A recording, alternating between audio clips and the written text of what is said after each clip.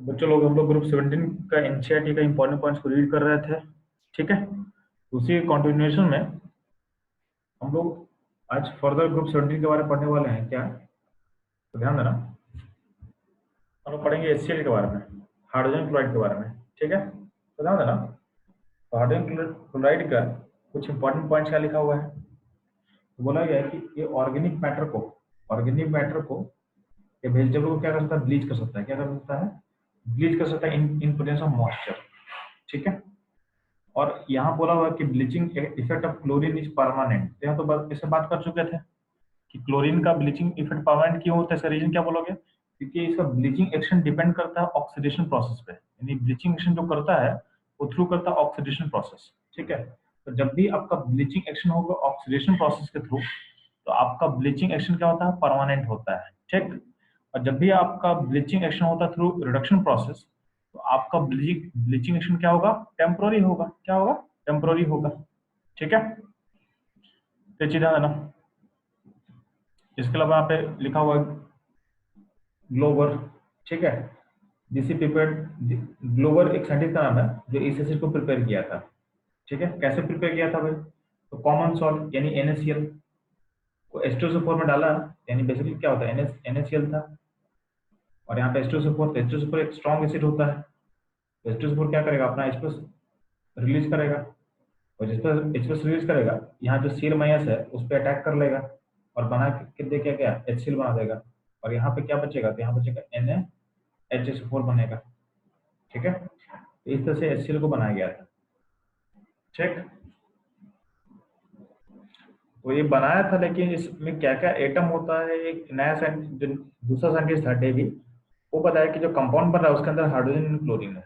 ठीक है, तो एटम को डिटेक्ट करने का जो टेक्नोलॉजी है वो 1648 में अवेलेबल नहीं था। बना तो लिया, लेकिन इसके अंदर क्या एटम प्रेजेंट है लास्ट में, यानी जो सेकंड साइंटिस्ट है डेवी, वो 1810 में इसको प्रूफ किया कि इस कंपाउंड के अंदर क्या होगा, आपका H और Cl होगा, H और Cl होगा। ठीक, अब HCl का प्रिपरेशन मेथड क्या होगा, तो पहला प्रिपरेशन मेथड तो हम लोग ग्लोबल जो किया था उसको हम देख चुके हैं। तो लैब में उसी तरीके से बनाया था, लैब में उसी तरीके से बनाया जाता है। ठीक है, तो लैब में क्या किया जाता है कि आप कॉमन सॉल्ट यानी NaCl में डालोगे H2SO4, टेम्परेचर हो 420 केल्विन, तो ये बन जाएगा इस तरीके से जो हम लोग बात किए थे। ठीक, अगर इसमें फर्दर क्या होगा, सो इसमें फर्दर ज्यादा हीट कर दोगे तो जो सॉल्ट बना हुआ है, इस सॉल्ट में एक H ऑलरेडी बचा हुआ है, उसमें ज्यादा हीटिंग कर दो तो वो OH भी क्या होगा, सील के साथ ऐड होकर सील बना देगा। ठीक है, तो यानी सेकंड स्टेप के लिए आपको ज्यादा हीटिंग करना पड़ेगा। ठीक, अब जो HCl गैस बना उसमें कुछ ना कुछ मॉइस्चर प्रेजेंट हो सकता है, तो HCl गैस के अंदर कुछ ना कुछ वाटर कंटेंट होगा। इस वाटर कंटेंट को अगर हटाने का अगर मेरा मोटो है, तो हम क्या करते हैं, इस सिस्टम को पास करते हैं H2SO4 से, कॉन्सेंट्रेटेड H2SO4 से। तो कॉन्सेंट्रेटेड H2SO4 का काम क्या होता है, इस मॉइस्चर को ऑब्जॉर्व कर लेगा, इस मॉइस्चर को क्या करेगा, ऑब्जॉर्व कर लेगा। ठीक है, तो इसको ड्राई करने का तरीका ये होता है। तो ये सब पॉइंट्स आपको दिमाग में ध्यान रखना है। ठीक है, कभी कभी से पॉइंट्स आपका स्टेटमेंट करके पूछ सकता है आपसे। ठीक है, ये ध्यान देना आप लोग। उसके बाद ध्यान देना, प्रॉपर्टी में बात किया जाता है, तो एसिल जो है उसका स्टेट क्या होता है, गैसेस स्टेट होता है, कलरलेस होता है। ठीक है, एक कलरलेस है एंड पंजेंट स्मेलिंग गैस होता है। इसको आप इजीली लिक्विफाई कर सकते हो, इसका लिक्विफिकेशन इजी है। ठीक है, लेकिन इजी बोल तो रहा है, लेकिन इसका इसका किस टेम्परेचर को अचीव करने पे लिक्विफाई होगा, तो 189 केल्विन। ये टेम्परेचर बहुत लो होता है, ऑलमोस्ट नेगेटिव में अगर डिग्री सेंटीग्रेड बात करोगे तो आपका ऑलमोस्ट 80 -84 डिग्री सेंटीग्रेड होगा। ठीक है, तो ये इजी तो यहाँ लिख दे रहा है, लेकिन टेम्परेचर अचीव करना इतना बहुत मुश्किल होता है, -84 डिग्री सेंटीग्रेड।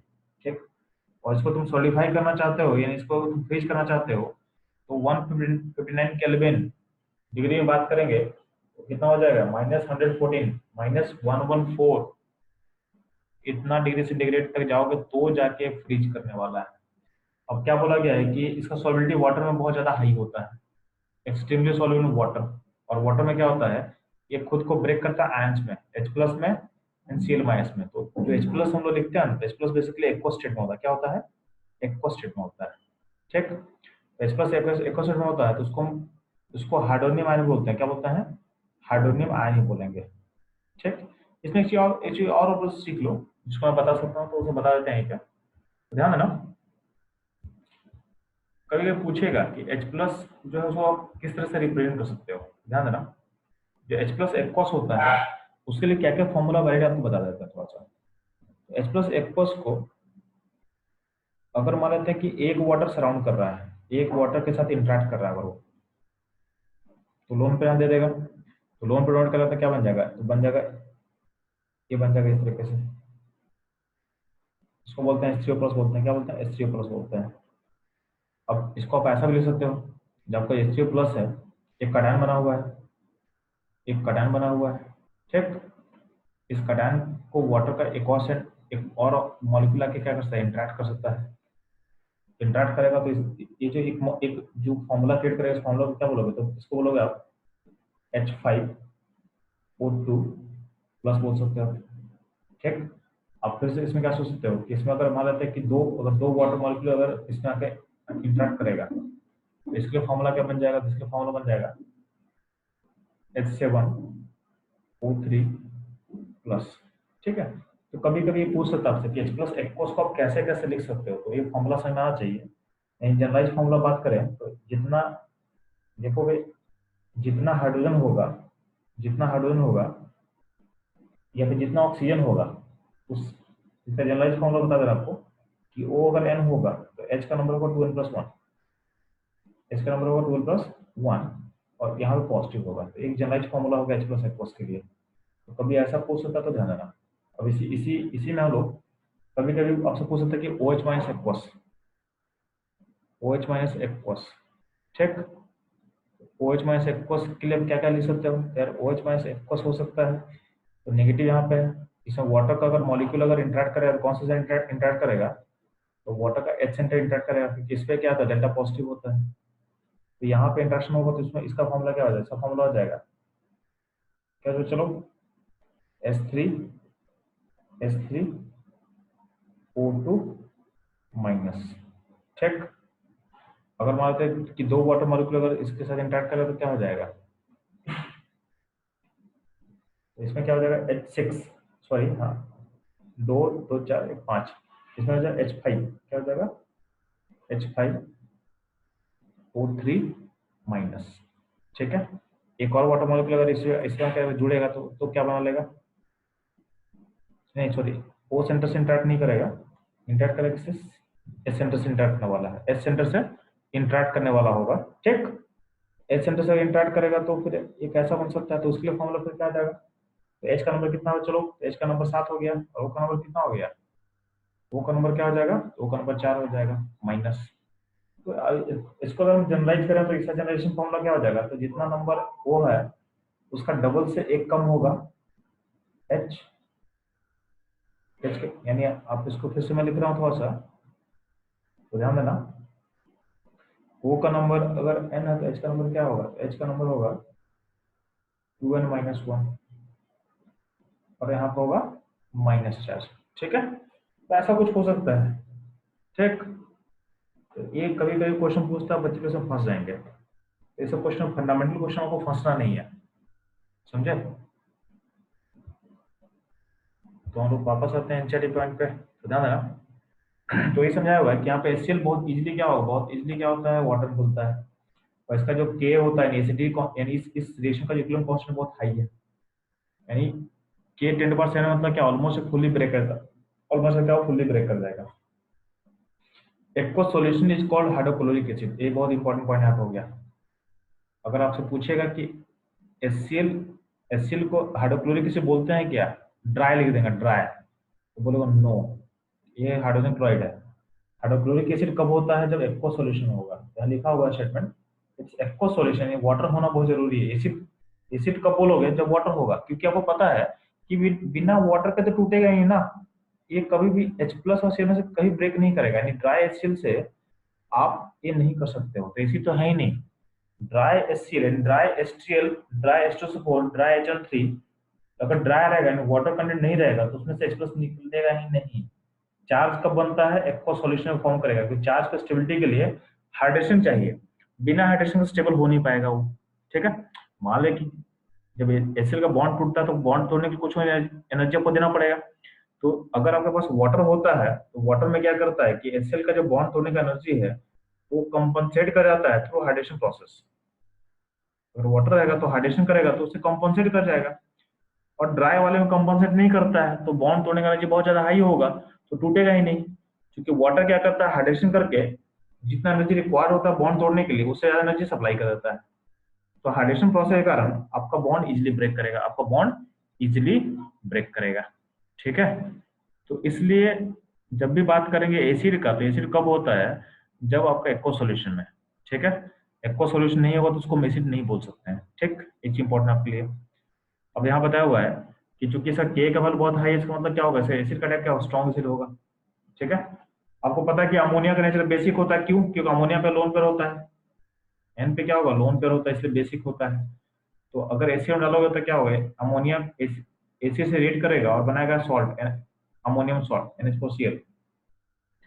इसका बाद इसके बाद क्या बोला कि बच्चों लोग कि 3 पार्ट HCl और प्लस 1 पार्ट HNO3, इस मिक्सचर को बोला गया है एक्वारिजिया। क्या बोला गया है, एक्वारिजिया।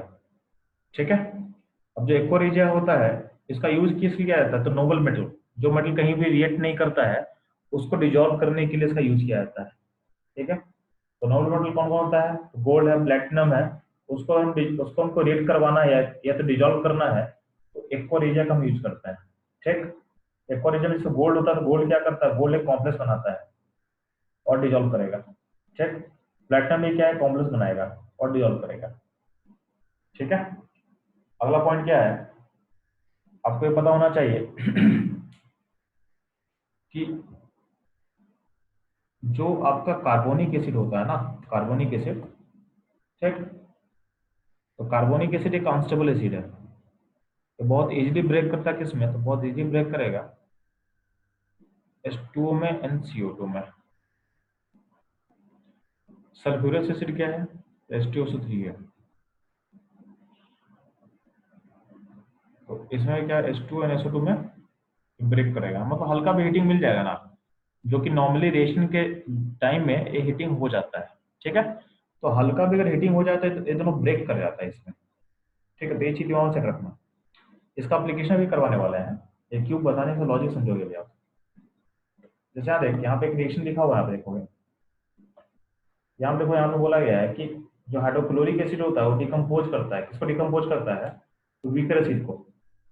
तो decomposes salt of weaker acid, decomposes salt of weaker acid, example carbonates, hydrogen carbonates and sulphide. तो ध्यान देना, कार्बोनेट, कार्बन का मतलब ये होता है, बाइकार्बन का मतलब ये होगा। ठीक। और सल्फाइड का मतलब क्या होता है, SO3 माइनस क्या होगा, SO3 माइनस 2। ठीक है, वो सल्फाइड होता है। अगर मान लेते हैं इन सब में अगर H प्लस बाहर से थे, H प्लस बाहर थे तो क्या बनेगा, H plus, carbon H plus को अक्वायर करके बनेगा H2CO3। बाय कार्बन तो क्या होगा, वो भी H प्लस को अगर अक्वायर करेगा तो क्या बनेगा, H2CO3 फॉर्म करेगा। कार्बन 2 H प्लस को लेगा और बाय कार्बन 1 H प्लस को लेगा, ऑटोमेटिक बन क्या रहा है, H2CO3 फॉर्म कर रहा है। अब ये जो एसिड है इजीली क्या होता है, ब्रेक कर जाता है। तो रिएक्शन चूंकि आपका एसिड अगर वाटर में होता है तो आपको पता है ना कि एसिड जब भी वाटर में डालता है तो क्या होता है, एसिड का जो डिजोल्यूशन प्रोसेस है, एसिड का जो घुलने का प्रोसेस है वाटर में, क्या होता है, एक्सोथर्मिक होता है। क्या होता है, एक्सोथर्मिक होता है। एसिड का डिजोल्यूशन प्रोसेस क्या होगा, एक्सोथर्मिक इवेंट होता है। तो क्या होगा, वो ब्रेक करेगा, इसको ब्रेक करेगा। तो ब्रेक करेगा तो क्या होगा, H2O NCO2 में इसको तोड़ देगा। हीटिंग मिल गया मेरे सिस्टम में, यानी जब भी कार्बोनेट और बाइकार्बोनेट होगा सिस्टम में उसमें H प्लस दोगे तो वो यहाँ तक रुकेगा नहीं, ऑटोमेटिक चला जाएगा H2CO2 में चला जाएगा। वही काम यहाँ पे, अगर अगर तेरे पास सल्फाइड आयन होगा तो उसमें जब H प्लस ऐड होगा तो ये बनेगा पहले H2SO3, लेकिन यहाँ पे स्टेबलाइज नहीं कर पाएगा, इन इसको हल्का हीटिंग मिल जाएगा जो कि अवेलेबल होता है रिएक्शन के ड्यूरेशन में। H2SO3 जो बना है वो ब्रेक किसमें कर जाएगा, H2NSO2 में ब्रेक कर जाएगा, H2NSO2 में ब्रेक कर जाएगा। वो देखो यहाँ पे, देखो यहाँ पे सोडियम कार्बोनेट है, यानी मतलब क्या है, कार्बन आयन है, उसमें HCl क्या करेगा, H प्लस देगा। H प्लस लेके पहले बनेगा कार्बोनिक एसिड बनेगा और फिर टूट जाएगा H2CO2 में, जो यहाँ H2 दिखाया हुआ है। और जो सोडियम गया, सोडियम और जो क्लोरीन है वो सॉल्ट बन जाएगा। सेम काम होगा बाइकार्बोनेट के साथ, H प्लस अटैक करेगा तो क्या बनेगा, पहले कार्बोनिक एसिड बन गया जो कि ब्रेक कर जाएगा H2NCO2 में और NaCl में हो जाएगा। ठीक। और बात करते हैं हम सल्फाइड का, तो सल्फाइड में वही काम करना है आप लोगों को। सल्फाइड में पहले बनेगा सल्फ्यूरस एसिड फॉर्म करेगा। सल्फ्यूरस सल्फ्यूरस एसिड बनने के बाद क्या होगा, ब्रेक कर जाएगा H2NSO2 में, वहाँ ब्रेक कर चुका है H2SO2 में, ये आपका ब्रेकेज ऑकर कर चुका है। और जो क्लोरीन है वो सोडियम के साथ कैटायन के साथ चला जाएगा, इन जो कैटायन रहेगा उसके साथ चला जाएगा। तो कैटायन सोडियम दिया हुआ, कैटायन मान लो तो वहाँ पे के रहेगा तो के के साथ चला जाएगा, और कैटायन वहाँ पे कैल्शियम होता तो कैल्शियम के साथ चला जाता। तो आपको ये रिएक्शन रटने की जरूरत नहीं है, बस ये लिंकेज समझो तो लिंकेज आप समझ में आएगा कि यार कुछ अगर दूसरा चीज में डाल देंगे तो आप रिएक्शन को आप इजीली उसको बना सकते हो। ठीक है, तो पहले हम लोग रिएक्शन को इजीली कैसे याद करना आपको समझाते चल रहे हैं। ठीक है, कि पी लॉग में इतना सारा रिएक्शंस है, उसमें अगर सारा आपको याद करना जाओ तो याद करना पॉसिबल ही नहीं है, किसी के लिए पॉसिबल नहीं है, इवन हम लोग भी उसको याद नहीं कर सकता है। ठीक है, इन्फॉर्मेशन को हमको जो याद करने वाला पार्ट है उसको मिनिमाइज करना होगा ना। जितना इन्फॉर्मेशन को याद करने वाला पार्ट को मिनिमाइज करेंगे उतने में क्या होगा, चीजें आसान होंगी, चीजें क्या होगी, आसान होगी। ठीक, तो ये रहेगा इन्फॉर्मेशन अबाउट रिएक्शंस। अब ध्यान देना, यहाँ पे देखना यूजेस दिखा हुआ है, तो इसको थोड़ा रीड कर लेते हैं। यूजेस में क्या बोला हुआ है, आपको कोई भी लाइन, आपको एनसीईआरटी का कोई भी लाइन नहीं छोड़ना है, आपका एनसीईआरटी का कोई भी लाइन नहीं छूटना चाहिए आपसे। तो बोला गया है इसका यूजेस कहाँ का है, in the manufacturing of chlorine NH4Cl and glucose from corn starch. ठीक, और कहाँ इसका यूज किया जाता है, extracting glue from the bones and purifying bones, bone black. ठीक, मेडिसिन में क्या, मेडिसिन इंडस्ट्री में से यूज किया जाता है, और लेबोरेटरी में तो यूज क्या है, बहुत कॉमन होता है। ठीक, अगला देखो यहाँ पे एग्जांपल 7.18 है, ये बहुत इंपॉर्टेंट एग्जांपल है, इसको आपको याद रखना है। तो बोला गया है कि जब भी हम आरएम डालते हैं HCl, तो अगर आपको मैं बताया था कि आरएम डालोगे Cl2, आरएम डालोगे Cl2 तो हम पढ़े थे क्या बनेगा, फेरिक क्लोराइड बनेगा, क्या बनेगा, ये बनता है FeCl3 बनता है, क्या बनता है, FeCl3 फॉर्म करता है। आरएन में अगर डाल देंगे क्लोरीन तो बनेगा FeCl3। तो बोला, ये बोल क्या रहा है कि अगर हम आयरन में HCl डालेंगे तो उसमें फेरस क्यों बनता है, फेरिक क्यों नहीं बनता है, यानी आयरन में HCl डालने पे FeCl3 फॉर्म क्यों नहीं करता है, यानी ये फॉर्म नहीं कर रहा है, क्यों नहीं करेगा भाई। तो ये बोला जाता है कि जब आयरन तुम HCl डालते हो तो आपका हाइड्रोजन गैस निकलता है, तो जो हाइड्रोजन गैस निकलता है ये फर्दर ब्लॉक करता है ऑक्सीडेशन से, यानी ये क्या करेगा, FeCl3 में हाई स्टेट है तो हाइड्रोजन जो गैस रिलीज हो रहा है कि अगर FeCl3 फॉर्म करने की कोशिश भी करेगा ना, प्लस 3 स्टेट में आने की कोशिश भी करेगा तो हाइड्रोजन को रिड्यूस कर देगा। ठीक है, या फिर ऐसा बोल सकते हो कि जो लिबरेशन पर जो हाइड्रोजन हो रहा है वो प्रिवेंट कर रहा है फॉर्मेशन ऑफ FeCl3। तो अगर मान लें कि FeCl3 बनने की कोशिश भी करेगा तो हाइड्रोजन गैस उसको रिड्यूस कर देगा, क्योंकि हाइड्रोजन जो गैस है उसका प्रॉपर्टी क्या होता है, रिड्यूसिंग होता है। ठीक है, इसलिए जो हाइड्रोजन गैस है वही क्या होता है, FeCl3 फॉर्म नहीं करने देगा, कब, जब तुम आरएम डालोगे HCl डालोगे, आरएम जब तुम HCl डालोगे। ठीक, ये चीज इंपॉर्टेंट अपने लिए, अब ध्यान देना। उसके बाद ये अपना HCl का टॉपिक खत्म हुआ। अगला पॉइंट कर रहे हैं हम लोग ऑक्सो एसिड्स ऑफ हैलोजन। ठीक है, तो अब ध्यान देना, जब ऑक्सो एसिड्स का हम बात कर रहे हैं तो इसके स्ट्रक्चर को हम लोग सीख चुके हैं पहले ही। ऑक्सो एसिड्स का फॉर्मूला क्या क्या पॉसिबल है, तो formula possible exo XO2 HXO3 and HXO4। इसको आप सिंप्लीफाई करो तो क्या हो जाएगा, इसमें XOH लिख सकते हो, इसलिए लिख सकते हो XOH और एक को इधर रहेगा। ठीक है, इसमें क्या होगा, OH XO2 हो जाएगा, फिर हो जाएगा OH XO3 हो जाएगा। इतने टाइप का ऑक्सो एसिड पॉसिबल है। ऑक्सो एसिड क्यों बोल रहे हैं, क्योंकि इसमें जो हाइड्रोजन है वो हाइड्रोजन किससे लिंक है, ऑक्सीजन से लिंक है। ठीक है, आपका इसमें जो हाइड्रोजन कहाँ लिंक है, हमेशा देखना ऑक्सीजन से अटैच है, इसलिए इसको बोला गया है ऑक्सो एसिड्स। ठीक, यहाँ पे इतना पॉसिबिलिटी है, लेकिन ध्यान देना जो फ्लोरीन होता है, फ्लोरीन में वैकेंट होता नहीं है, फ्लोरीन में वैकेंट होता नहीं है, तो वैकेंट ही नहीं है, स्मॉल साइज है और ज्यादा अल्टरनेटिव है। तो फ्लोरीन का चूंकि स्मॉल साइज होता है, हाई अल्टरनेटिव होता है और वैकेंट ही नहीं होता है, इंपॉर्टेंट पॉइंट है, मिसिंग पॉइंट है, इसको आपको ऐड करना है, सिर्फ नहीं लिखा हुआ बट आप ऐड कर लेना क्या क्या। तो फ्लोरीन का चूंकि वैकेंट ही होता नहीं है, vacant D orbital is absent, is absent, और क्या, स्मॉल साइज, और क्या, हाई इलेक्ट्रोनेगेटिविटी। इन सारे फैक्टर के कारण क्या होता है कि इसका एक ही ऑक्सो एसिड बनता है, इसमें सारा का सारा पॉसिबल नहीं है। इसमें सिर्फ बनेगा एक ही एसिड बनता है, HOF होता है बस। ठीक है, तो ओनली यही एसिड बन सकता है इसमें। ठीक है, इसको हम क्या बोलते हैं, फ्लोरिक एसिड। नाम याद रखना, क्या होता है, फ्लोरिक एसिड। फ्लोरिक एसिड, इसको बोलते हैं हम हाइपोफ्लोरस एसिड। इसका नाम इंपॉर्टेंट है, चेक। हाइपोफ्लोरस एसिड या बोलेंगे इसको फ्लोरिक एसिड। इसमें एफ का एसिड क्या होता है, तो एफ का एसिड इसमें क्या होगा, -1 होगा, क्योंकि एफ हमेशा -1 में होता है। ठीक, ओ का इसमें +1 होगा, ओ का इसमें +1 होगा। बाकी सारे क्लोरीन ब्रोमीन आयोडीन वाले में ओ का हमेशा -2 होगा। ओ का हमेशा इसमें -2 होगा हर जगह में। बस इस केस में ओ का होगा कितना, ओ का होगा आई थिंक, सॉरी, इसमें ओ का स्टेट होगा 0 होगा आई थिंक, एचओफ में, क्योंकि यहाँ से बॉन्ड तोड़ेगा तो प्लस और यहाँ तोड़ेगा माइनस, तो इसमें ओ का स्टेट 0 होगा। तो इसमें ओ का स्टेट ऑक्सीडेशन 0 होगा। और बाकी कोई भी अगर हेलोजन होता ना, क्लोरीन ब्रोमीन आयोडीन, तो उसमें होता ओ का स्टेट -2 होगा, ओ का स्टेट में -2 होगा। ठीक, तो इन सब में ओ का स्टेट क्या होता है, -2 होता है। खाली फ्लोरीन वाले में क्या होगा, 0 होगा। ठीक है, ये चीज ध्यान देना आप लोग। तो कभी कभी ऐसा क्वेश्चन आपसे पूछ सकता है। अब इसका स्ट्रक्चर जो होता है, स्ट्रक्चर आपको दिया हुआ है, आपका एनसीईआरटी में दिया हुआ स्ट्रक्चर, इवन हम उसको पढ़ भी चुके हैं। ठीक है, उसको थोड़ा देखते हैं हम लोग, तो ध्यान देना। तो ऑक्सो एसिड में समझाया हुआ है कि कौन सा हाइड्रोजन क्या क्या एसिड फॉर्म करेगा। क्लोरीन होता है सारा एसिड फॉर्म करता है। ब्रोमीन में जो होता है थर्ड +3 ऑक्सीडेशन स्टेट का एसिड जो है वो क्रिएट नहीं होगा, यानी ब्रोमस एसिड क्रिएट नहीं बन पाएगा। आयोडीन भी क्या होता है, आयोडस एसिड फॉर्म नहीं कर पाएगा।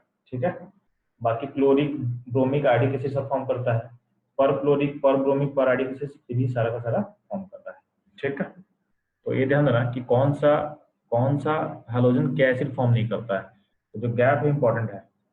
कभी कभी जो क्वेश्चन आ सकता है कि एसिड एग्जिस्ट करता है कि नहीं करता है, तो क्लोरीन में सारा एसिड एग्जिस्ट करेगा, फ्लोरीन में बस एक एसिड एग्जिस्ट करेगा, बाकी कोई नहीं करेगा। ब्रोमीन आयोडीन में एक यहाँ का एसिड एग्जिस्ट नहीं करेगा, ये आपको पता होना चाहिए। ठीक, और ध्यान देगा।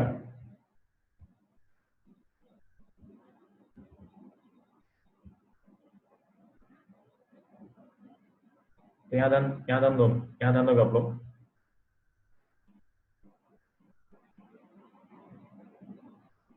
इसका स्ट्रक्चर दिया हुआ है, स्ट्रक्चर आपको दिया हुआ है, तो स्ट्रक्चर आप लोग देख लेना एक बार सारे एसिड का।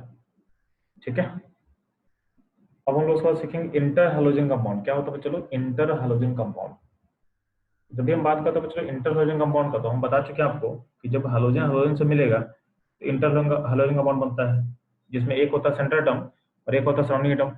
इसका फॉर्मूला क्या पॉसिबल है, तो एक्स एक्स डैश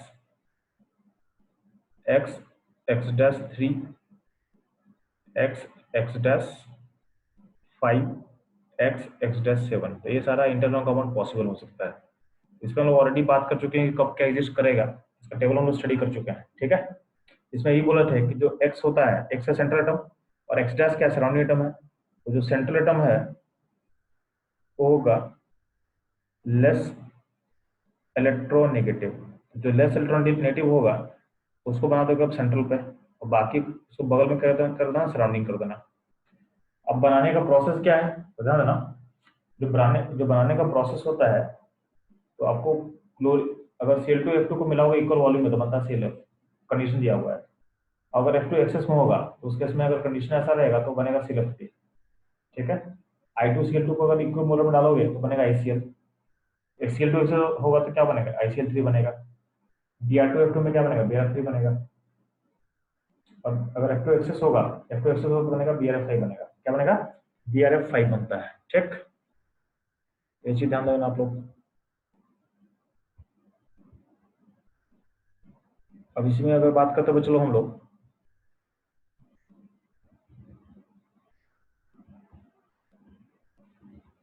इस टेबल को हम ऑलरेडी कवर कर चुके हैं। ठीक है, कि कौन सा इंटरनल कंपाउंड बनेगा नहीं बनेगा, ये ऑलरेडी हम लोग कवर कर चुके हैं। ठीक है, इससे हम लोग आगे बढ़ते हैं।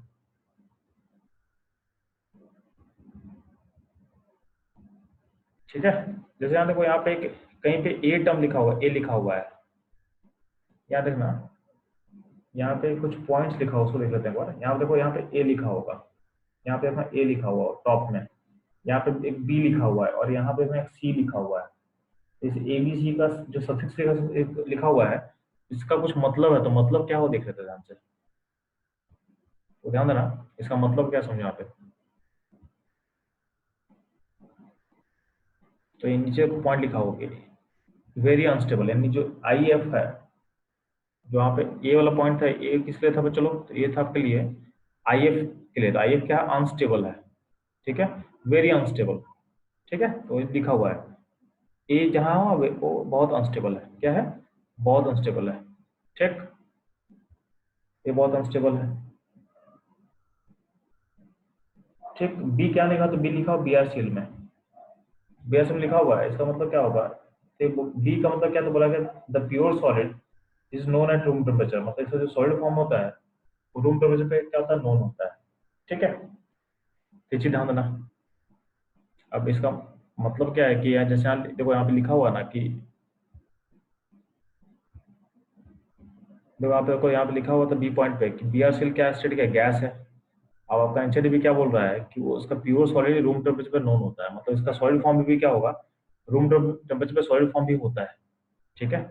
तो इसका फिजिकल स्टेट पे क्या है, गैस तो है, साथ में क्या बोला गया है कि रूम टेम्परेचर पे इसका सॉलिड फॉर्म भी होता है, ठीक। अब ICl3 ध्यान देना, तो ICl3 यानी यहाँ पे लिखा हो सी लिखा हो आपका, इसका मतलब क्या, ध्यान देखते हैं हम लोग थोड़ा सा। इसका इसका मतलब को देखोगे ध्यान से, तो क्या बोला हुआ सी पे ICl3 में कि डायमराइजेज एच, ICl3 डायमराइजेज एच सीएल ब्रिजिंग डायमर। तो अब क्या बनता है, I2Cl2 I2Cl6 बनता है, यानी जो ICl3 है ये खुद को डायमराइज करके बनाता क्या है, तो डायमराइज करके बनाता है, यानी इसका दो मॉलिक्यूल आपस में लिंक होगा और फॉर्म करेगा I2Cl6, ठीक है। अब इसका फिगर इंपॉर्टेंट है, इसका फिगर देख कैसे बनेगा, ठीक है। तो ये मॉलिक्यूल के बारे में डिस्कस तो कर दिया, लेकिन फिगर नहीं बनाया हुआ है, तो कभी कभी आपसे एग्जाम में इसका फिगर पूछ देगा, तो इसका फिगर इंपॉर्टेंट है, उसको मत सुन लेते हैं ध्यान से। तो ध्यान देना, हम लोग का काम क्या है चलो, तो I2Cl6 का वो फिगर ड्रॉ करना है। तो ध्यान देना, होता क्या है कि I, ठीक है, तो I यहाँ ले लें, और यहाँ पे एक Cl, दो Cl और तीन Cl तुम बना लिया, ठीक। एक और IC3 ले लें, उसमें क्या करेगा, एक Cl, दो Cl और तीन Cl तुम बना लिया, ठीक। हर क्लोरीन पे क्या होगा, लोन पेयर होगा, यानी तीन लोन पे सारे क्लोरीन पे मौजूद होगा, ठीक है। और हम बात करेंगे आयोडीन पे कितना लोन पेयर बचा होगा IC3 बनने के बाद। तो आयोडीन के पास 7 इलेक्ट्रॉन था, 7 में से 3 जाएगा बॉन्ड बनाने में, तो बचेगा कितना, तो बचेगा 4। तो 4 इलेक्ट्रॉन को हम यहाँ दिखा देते, 2 यहाँ दिखा दे, 2 यहाँ दिखा दिए, इसमें दिखा 2 यहाँ दिखा दे, 2 यहाँ दिखा दिए। और आपको पता है कि आयोडीन में होता क्या है, तो आयोडीन में वैकेंट ऑर्बिटल वैकेंट डी खाली होता है, तो आई के पास क्या होगा, आई के पास वैकेंट डी खाली होगा, तो वैकेंट डी ऑर्बिटल खाली होगा, ठीक। तो वैकेंट डी खाली होगा, तो मान लेते हैं कि यहाँ पे इसका वैकेंट डी को मैं यहाँ दिखा दिया, ये वैकेंट डी है, क्या है, चलो ये वैकेंट डी है, वैकेंट डी ऑर्बिटल है, ठीक। इस साइड का वैकेंट डी को मैं यहाँ दिखा दिया, ये भी क्या है आपके पास, ये भी वैकेंट डी है, ठीक। अब होता क्या है, जो क्लोरीन है, क्लोरीन के पास लोन पेयर होता है, तो क्लोरीन करता क्या है ना कि जो लोन पेयर है मान लेते हैं यहाँ का, उसको कोऑर्डिनेट बॉन्ड से लिंक कर देता है यहाँ पे, यानी लोन पेयर आई के साथ आई के वैकेंट डी में डाल दिया, और यहाँ पे एक क्लोरीन इसको दे दिया, इस तरह से बनता है I2Cl6। ये फिगर बहुत इंपॉर्टेंट आपके लिए याद रखना चाहिए को, इस तरह बनता है I2Cl6, ठीक है। इसको अगर इसको आप सिंपल फाइव में देखोगे तो ऐसा कुछ बनता है, आई हो गया, आई हो गया, यहाँ का जो Cl है यहाँ पे कोऑर्डिनेट कर दिया, यहाँ का Cl जो है यहाँ कोऑर्डिनेट कर देगा, और यहाँ Cl है, यहाँ Cl है, यहाँ Cl है, यहाँ Cl है, यानी इस तरह से ब्रिजिंग हो रहा है, इस तरह से आपका ब्रिजिंग होता है, ठीक है। तो ये आप ध्यान दोगे, ये आप ध्यान दोगे, ये हो गया आपका I2Cl6 का फिगर। अगर इसमें अगर हम देखें तो इसमें लोन पर दिखाने का बोलोगे तो दिखा देता हम लोग, यहाँ पे तो एक लोन पर है, और यहाँ पे एक तो कोऑर्डिनेट कर दिया, तो यहाँ वाले में 2 ही लोन पर होगा, और इन वाले में 3 लोन पर होगा। और आई पे क्या हो, तो आई पे दो दो लोन पे बचा होगा। ठीक, तो इस तरह से आपका सोच सकते हो। ठीक है, बीच में जो क्लोरीन है या जो ब्रिज कर रहा है वो उसका बॉन्डिंग पैटर्न को तो अब ध्यान देना। इतना क्लियर रहेगा। बाकी इसका अगर हाइब्रिडेशन का बात करते हैं तो सेंट्रल जो आयोडीन है वो 4 बॉन्ड बना रहा है और 2 लोन पेयर है। जो सेंट्रल आयोडीन है, सेंट्रल आयोडीन का आप शेप का बात करोगे ना, इसका इसका हाइब्रिडेशन होगा sp3d2। इसका भी सेंट्रल आयोडीन का हाइब्रिडेशन होगा sp3d2। और दोनों का शेप कैसा होगा, क्योंकि 4 बॉन्ड है और 2 लोन पेयर है, तो दोनों का शेप क्या होगा, दोनों का शेप होगा स्क्वायर प्लानर। क्या होगा, स्क्वायर प्लानर, दोनों आयोडीन का। Both iodine should be square planar, यानी दोनों आयोडीन प्लेन में है, दोनों आयोडीन प्लेन में है और चारों का चारों क्लोरीन बॉन्ड है प्लेन में है। इसका अगर बोला जाएगा कि I2CL6 में कितना कितना एटम एक प्लेन में है, तो इसमें सारा एटम एक सिंगल प्लेन में होगा, कोई भी प्लेन चेंज नहीं कर रहा है, यानी जो चारों बॉन्ड है प्लेन में है। इसको तुम देखेगा इसका सिस्टम को, तो ये जो आयोडीन है और यहाँ जो क्लोरीन क्लोरीन है सारा, और इनका जो क्लोरीन पॉइंट है ये सारा एक प्लेन में है, सारा एक प्लेन में है। और इसका जो लोन पर सब है ना, लोन पर जो है, यानी आई के बाद दो दो लोन पर वो प्लेन के परपेंडिकुलर होता है, वो प्लेन के परपेंडिकुलर होगा, यानी प्लेन से ऊपर नीचे क्या हो, लोन पर होगा। तो पूछा जाएगा कि इसमें कितना एटम प्लेन में, तो ये प्लेनर मॉलिक्यूल है। क्या है, this molecule is planar, molecule is what, molecule is planar. ठीक है, यानी आपका कितना एटम, 6 क्लोरीन का 2 आयोडीन का एटम एक प्लेन में आएगा। ठीक, तो ये ध्यान देना आप लोग। और एंगल का बात करेंगे यार, तो एंगल का बात किया जाएगा तो देखते हैं। ठीक है, तो एंगल तो ऑलमोस्ट अपने मेरे को 90 90 सारा है, 90 यहाँ पे है, 90 यहाँ पे, तो सारा एंगल तो 90 हमको दिख रहा है एक्सेप्ट ए वाला एंगल। ये वाला एंगल कुछ अलग होगा, लेकिन बाकी जो भी एंगल है, ये दोनों जो रेड कलर से मार्क किए एंगल, ये कुछ अलग हो सकता है मे बी, बट बाकी एंगल तो 90 होना चाहिए मेरे हिसाब से। ठीक है, लेकिन अगर देखते हैं कि अगर ये दोनों 90 अगर बोलते हैं यार, अगर ये तो 90 एंगल हो गया, तो ये कौन सा क्वाड्रेंट बन गया, ये बन गया साइक्लिक क्वाड्रेंट। तो ये 90 है, तो यहाँ भी 90 है, तो ये भी तो 90 ही होना चाहिए फिर। ठीक है, तो अगर ज्योमेट्री का यूज करते हैं तो सारा सारा एंगल क्या दिखेगा आपको, 90 दिखेगा। ठीक है, तो ये ऐसा हो सकता है। तो all theta 90, molecule is planar. ठीक है, अब ध्यान दे, ये हो गया आपका ये। अब जो एक चीज इंपॉर्टेंट चीज है उसको ध्यान देना, तो इंटरनल कंपाउंड का रिएक्शन जो हुआ था वाटर से बहुत इंपॉर्टेंट होता है, वो वाटर से आपको याद रखना है। आपका जब भी ध्यान ध्यान देना, जब भी किसी भी इंटरहाइड्रोजन कंपाउंड में वाटर डालता है ना, तो इसमें ध्यान देना जो सराउंडिंग एटम है, सराउंडिंग एटम चला जाएगा HX में, यानी जो अगर बात करते हैं H, सॉरी यहाँ पे देखोगे तो यहाँ पे होगा X(3), X() क्या होगा 5, X(7). तो what जो X' है ना, X' हमेशा बनेगा HX, वो बनेगा हमेशा HX', यानी जो सराउंडिंग एटम है वो हमेशा बनेगा HX'। और जो सेंट्रल एटम है इसमें ऑक्सीडेशन स्टेट क्या है, +1 है, ये +3 है, ये +5 है, ये +7 है। तो +1 जो रहेगा वो बनाएगा HOX बनाएगा, जो +3 वो बनाएगा HOXO बनाएगा, जो +5 है वो बनाएगा HOXO2 बनाएगा, और जो +7 है वो बनाएगा HOXO3 बनाएगा। ये ध्यान देना। और बाकी जो सराउंडिंग जो है X' है वो हमेशा बनाएगा HX', वो हमेशा बनाएगा। ये चीज ध्यान दोगे। ठीक है, हाँ अगर इसमें आपका जो फ्लोरीन होता है ना, ठीक है, तो ये चीज आप ध्यान दोगे, ये चीज आप ध्यान देना। ठीक, जैसे एग्जाम्पल बोलेंगे कि ICl3 से क्या बनेगा, ICl3 को वाटर में डालेंगे तो क्या बनेगा, तो सिंपल बोलना कि जो Cl है वो क्या बनाएगा, HCl बनाएगा, और I का शेड क्या +3 है, +3 वाला एसिड बनेगा, +3 वाला एसिड फॉर्म कर सकता है। ठीक है, सिमिलरली इसे सॉरी इसे बेटर में बता रहा आपको। अब आपको बोला जाएगा Cl3 से क्या बनेगा, तो Cl3 में क्या करना, वाटर डालना, तो क्या बनेगा HF बनेगा, और Cl का +3 स्टेट है तो उसमें क्या एसिड बनेगा, तो बनेगा HOClO बनेगा। तो इस तरह से आपको रिएक्शन सोचना है, तो रिएक्शन को याद नहीं करना, रिएक्शन को इस तरह से आप लिंक कर सकते हो, जिसमें कोई भी इंटरहाइड्रोजन कंपाउंड देगा तो उसका आप रिएक्शन को आप वाटर के साथ बहुत इजीली बता पाओगे। ठीक,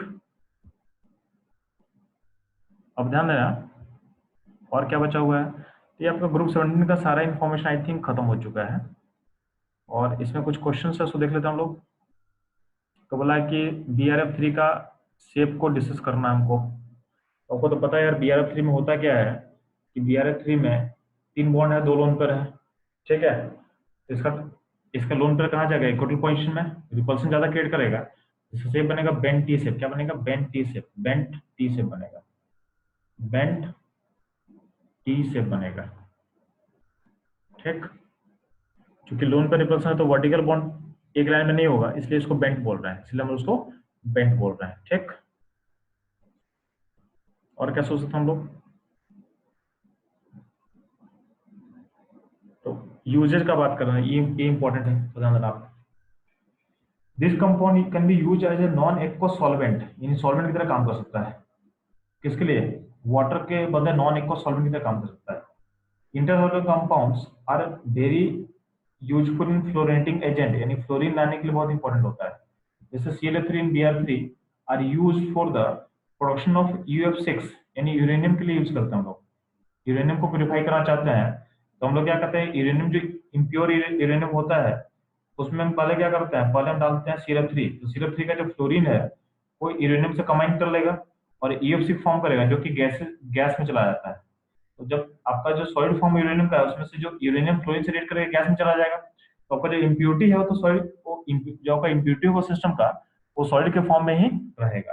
तो गैस के फॉर्म में प्योर यूरेनियम चला गया, इसको आप इससे आप आपका यूरेनियम आप रिकवर कर सकते हो, तो फिर प्योर यूरेनियम आप रिकवर कर सकते हो। ये रिएक्शन आपके लिए बहुत इंपॉर्टेंट है।